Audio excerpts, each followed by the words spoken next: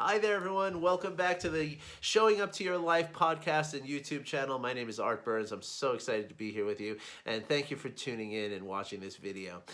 For all of my American friends out there, I wish you happy Thanksgiving. I hope that you're having a wonderful time. I hope that you're making the choices in terms of how many people you're gathering with. I hope that you're making those choices that are right for you and that you're having fun and having a good time with whatever you're doing today.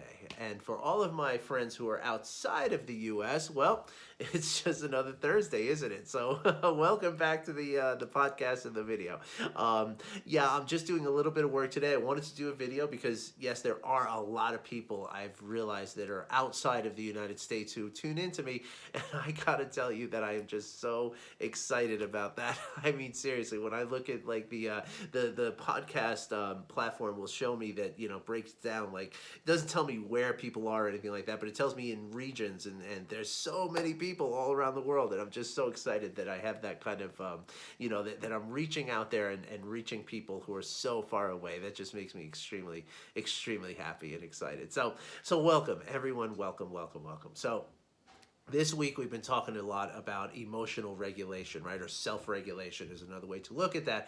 And it is so much the absolute greatest superpower we can have, right? When we can regulate ourselves, which really means to regulate our response to our emotions. A lot of times when I talk about emotional regulation, people tend to think that that means that somehow you're going to stop certain emotions from happening, or you're going to avoid certain emotions, and that's not true, right? In the same way that when I talk about meditation, right, and I teach people how to meditate. I actually just taught somebody from halfway around the world today. Just now, I gave instructions on how to do a basic meditation. I'd be happy to teach you as well. All you got to do is reach out and ask, and I'll set up a call. We'll go through that. It's very simple.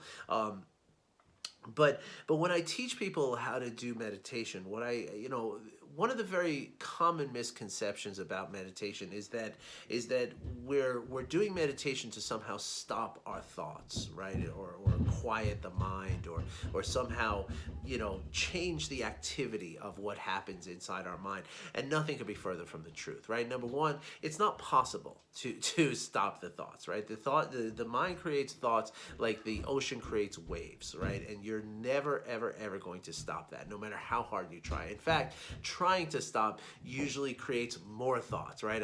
Something I always talk about people. I talk to people about when I'm teaching them to meditate. Is I say a very simple thing. I say, right now, don't think about a monkey. And what's the first thing that came to your mind, right? A monkey. And that's the way the mind works, right? There's the minute we try to stop it, it's going to go much further. The minute we try not to think about something, that's what we're going to think about. That's the way the mind works. And so you're not going to change that, so don't try, right? It's just going to be a very frustrating and exhausting process for you if you try to do that. So instead, what we do is we allow the thoughts to happen, but we release our grip and are clinging to them.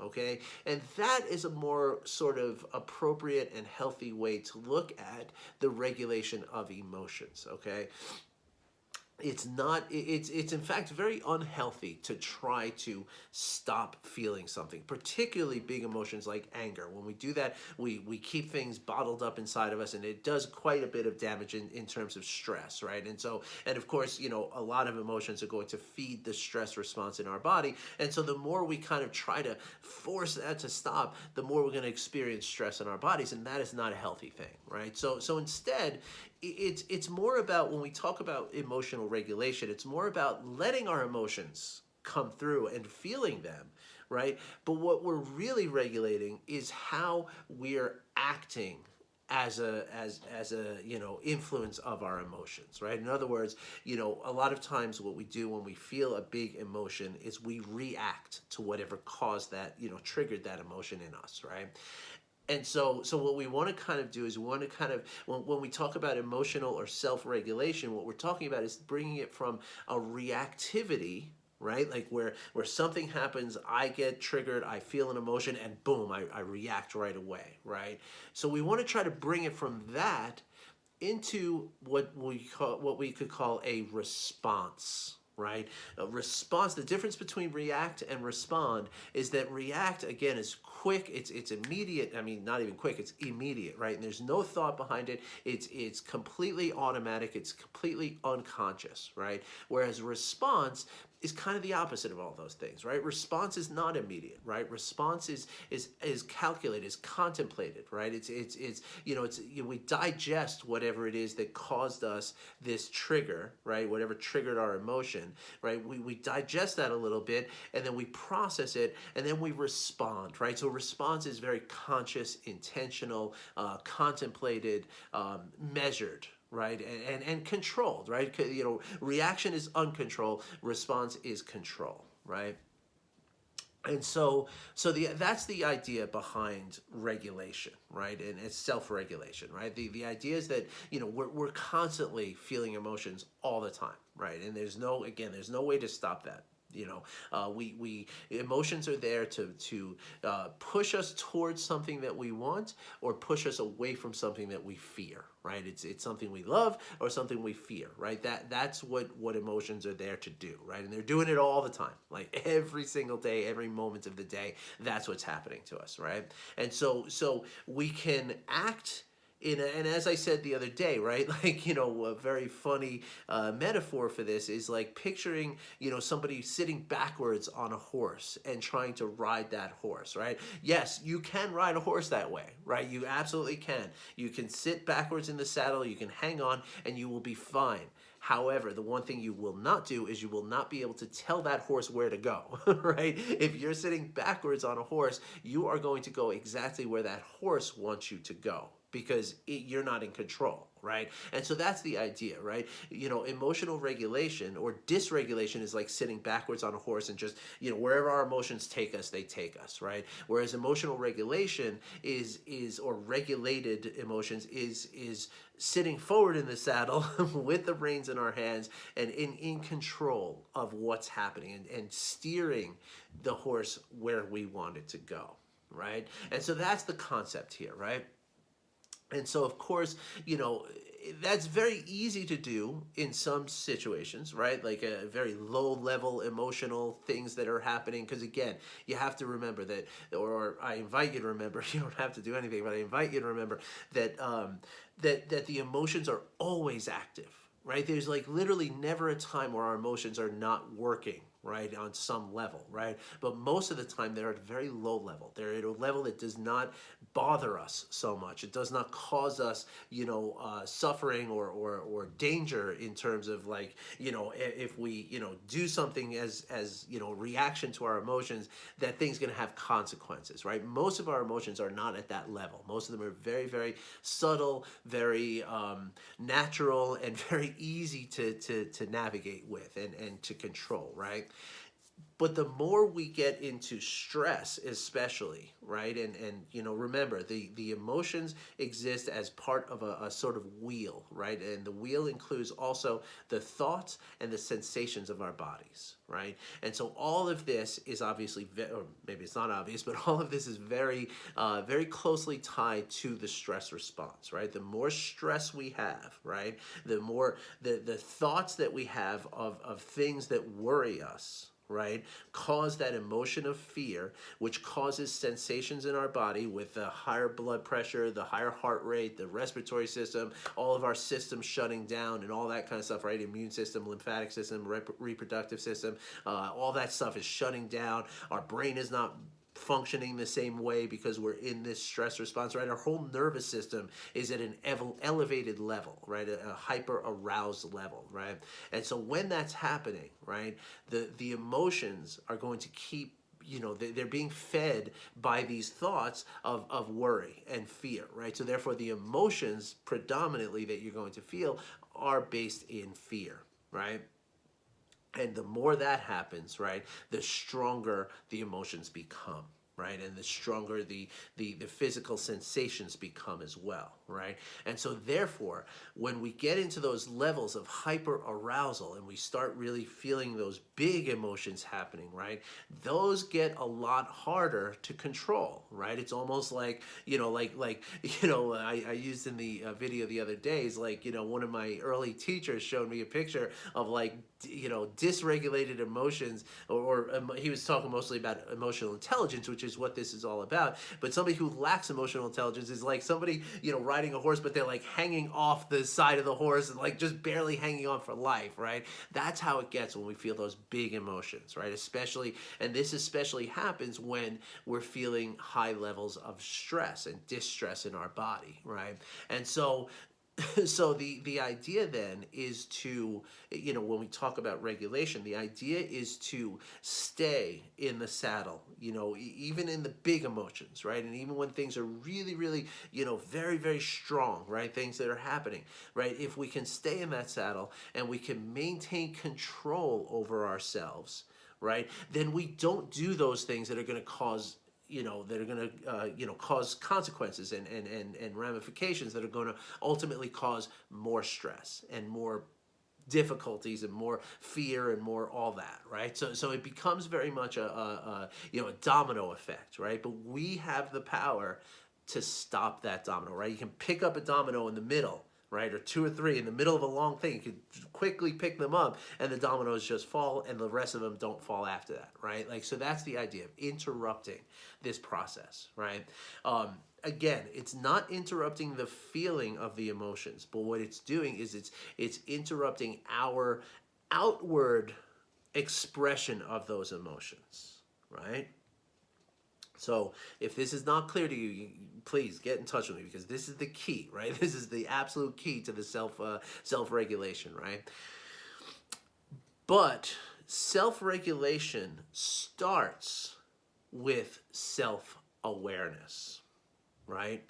The idea is that we need to see the emotions happening, right? We need to be able to see that, okay, I'm about to fall off this horse. I better, do something so that I can stay on top of it, right? So you can't have one without the other, right? So that's why no matter how many different tools I can teach you or tell you about, that will help with emotional or self-regulation, if you don't see the emotions happening first, then there's no way that you're ever going to regulate them. In fact, what you're going to do is you're going to see them like in the rearview mirror, right? You're going to be like, ooh, I did that. I shouldn't have done that. That was not a good thing. I wish I could take that moment back, right? And how many times have we felt that in our lives, right? So the idea then is to, and I like to use the metaphor here of a train, right, coming down the, if you picture yourself in a, countryside where it's pretty flat, you can see, a train like a couple of miles down the tracks, right? You see this little puff of smoke down there, and a train's coming, right? And you're standing there on the tracks, but the train's a couple miles away, At that point, I can do anything to get out of the way of that train, right? I could take a nap here for a minute or two and still be okay, get out of the way of that train, right? I can sit and meditate. I can do a lot of different things, right? That, I could, whatever, right? Because I got like 5 minutes before the train gets here, right? It's no problem, right? However, if I don't see that train until it is 50 feet away, same train, same tracks, same me, but now it's a life or death situation, right? Now I have to get out of the way so fast, or else I'm going to be crushed by that train, right? And so that's where self-awareness is really important when it comes to regulation, right? Because when we feel those emotions and the sensations that they cause in our body, when we feel them when they're 2 miles down the track, now I have lots of tools, right? Now I can just simply, I can get up, I can take a walk, I can do, jumping jacks, I can whatever, right? And I know I've talked about this before, but it really is worth repeating, right? So the idea then is to develop that level of self-awareness, right? But on the other side of that, right? And I'm just kind of putting that self-awareness thing as a disclaimer, because none of this works without that level of awareness, right? And that level of awareness comes through meditation and mindfulness practices, informal meditation practices, right? However, there is an amazing tool that we all have that is the most simple thing that we can do, right? That is available to us any day, any time, any place, any in any circumstances, right? And that is the ability to simply pause, right? Now, again, this works really well in conjunction with a heightened level of awareness, because how do you know when to pause, right? Unless you can recognize it in your body, right? So this does not negate the need for formal meditation or even informal practices. However, the pause can be an informal practice in and of itself, okay? And I'm going to tell you about that in just a second, right? But the idea is that we are always able to simply pause for a moment, right? Or however long you can, right? And in that pause, we now gain the power to regulate that level, that emotional expression that we have, right? If we can train ourselves to simply pause, give ourselves a couple of beats, right? As much as a few, as little as a few seconds, as much as a few minutes, right? We can then, make the decision that, okay, if I say this thing right now, what is it going to do? Even though that's what I feel like saying, right? I feel like, calling this person in front of me, accurately calling them, idiotic or something like that, like it fits, right? But that person's my boss, right? So if I say something like that to that person, then chances are I will experience negative consequences from it, right? Or maybe that person's my child, or maybe that person is my spouse, or maybe that person is a good friend, somebody who I do not want to hurt in that way, right? So that is the power of that pause, right? In that pause, we can then make that decision, right? To say, okay, I want to say something right now, but I can't say something right now. So instead, I'm going to take a deep breath, and I'm going to just let this situation kind of work its way out without me saying anything, and then I'm going to go sit at my desk. I'm going to write what I wanted to say, or I'm going to go, maybe go into the when I worked in restaurants, right? It was like you go into the walk-in refrigerator and you scream at the top of your lungs, right? Like nobody can really hear it. You can hear it a little bit, but you can't hear very clearly. So,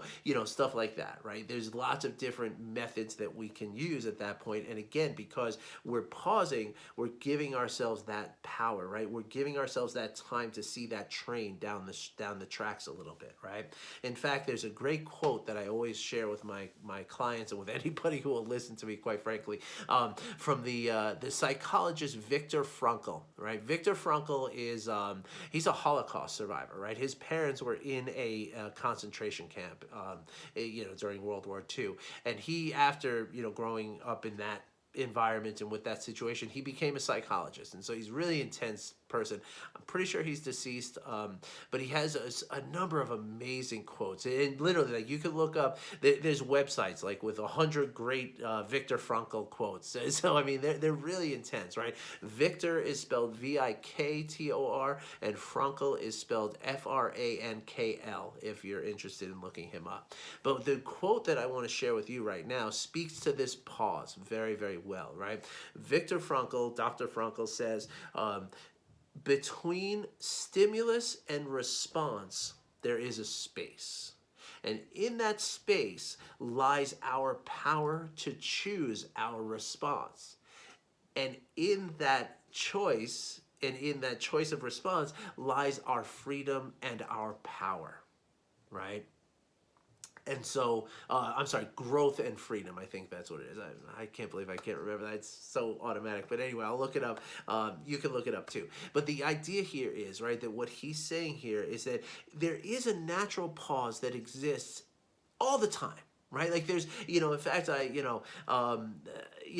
Kesey and the merry pranksters of the late '60s, right, who did a lot of let's call it experimentation with the psychedelic LSD and other substances, right?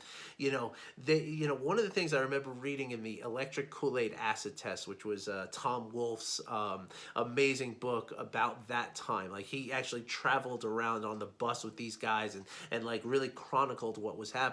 And one of the things that he talks about in that book is that they were constantly obsessed with this idea that in between your experiencing something and the amount of time that your brain takes to actually understand what you've even experienced, right? There is a lag there, right? It is not immediate. And it's like something like 0.13th of a sec or 13th of a second or something like that. Like that's as close as anybody has ever gotten to like, you know, really immediate, right? And so what they were doing with all the acid and stuff, they were trying to make that zero, right? They were trying to get to the point where they see something, they you know, they experience it with their brain and their nervous system as quickly as they experience it with their sensations, right? With the sensory organs, right? But it doesn't work that way, right? I mean, you can try, I guess, and bless them for trying.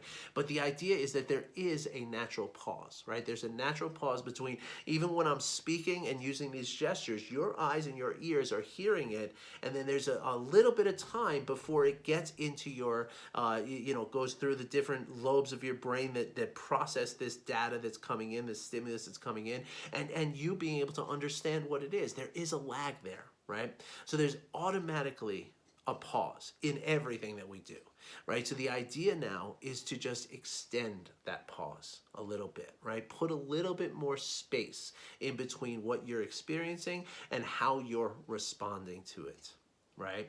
And so what Dr. Frankl is saying is that this pause exists, right? And in that space, right, is this the place that you have the power to choose how you respond to what you're experiencing, right?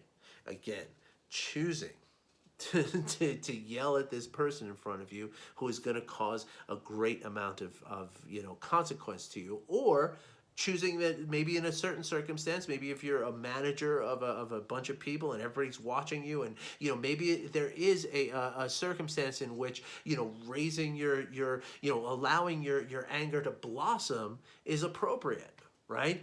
It's not to say that that's never a good thing. Sometimes it might be, right?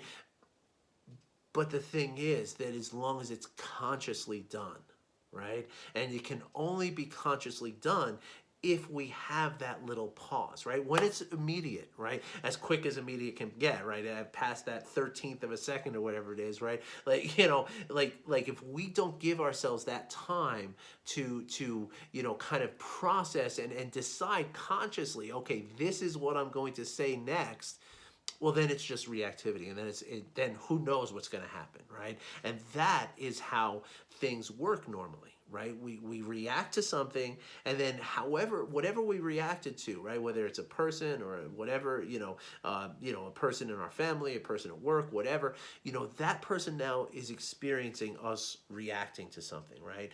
I mean, maybe you got like a 50-50 shot of coming up with the right thing in a reaction, but you know, you have no control over it. So generally speaking, you might and often will say the wrong thing, right? Or say something that causes some kind of damage, right? Now that thing that happens out there has another consequence to it, right? And so which again causes more emotional kind of action within us. And so if we react to that and then react and react and react, what it does is it becomes this you know, kind of soup of emotions that we're constantly trying to regulate, or constantly trying to, you know, kind of resolve within us, right? And when we're trying to resolve emotions, we're not really present, right? We're not, you know, if you and I have some sort of argument, right, and we both walk away, you know, let's say it takes, you know, a half hour to resolve those emotions that we had in this argument that got very heated, right? Not that we would, but just hypothetically. During that half hour, if my children come and talk to me, they're only getting a portion of my real attention, right? Most, at least some of my attention is focused on, you know, resolving the emotions that just happen as a result of you and me having this argument with each other, right? So the idea then is that pause gives us that time to resolve the emotions before we do something or say something that's going to cause more of those emotions and more of those conflicts and more of those consequences.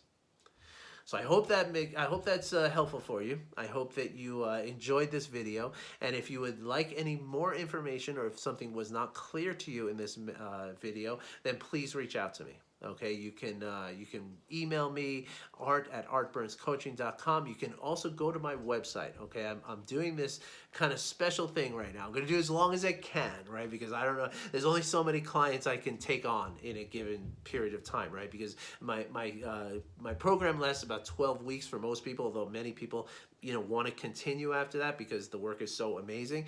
Thank you very much. but the thing is, like, I'm only one person. I don't have a team of coaches that I'm managing who are all coaching people with me. So there's only so many people I can do. But until I get filled up, okay, I am offering everyone who wants one. Right? There's a free coaching session that is available to you. Right?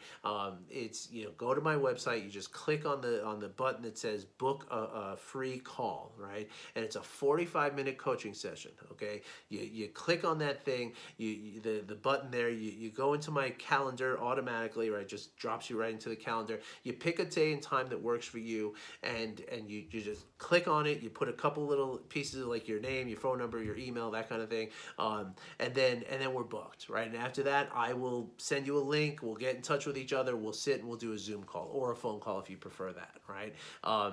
I just got off a meeting with someone from Baku, which is in the Middle East somewhere. I mean, couldn't even tell you where that is on the globe, but yeah, somebody just booked a call that way and just had their free coaching session, and so I offer that to you as well. So if you want to learn anything specific, you want to kind of try to figure out some things, you have some questions, you want to kind of work some stuff out, that's the best way to do it. And then after that 45 minutes, we can decide. Many people might say, okay, that's great. That's all I really wanted. Thank you. Love you. See you later.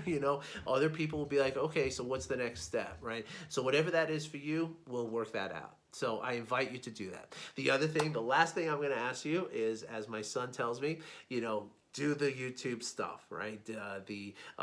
Like, subscribe, comment, share. And if you're on the podcast, please rate me, okay?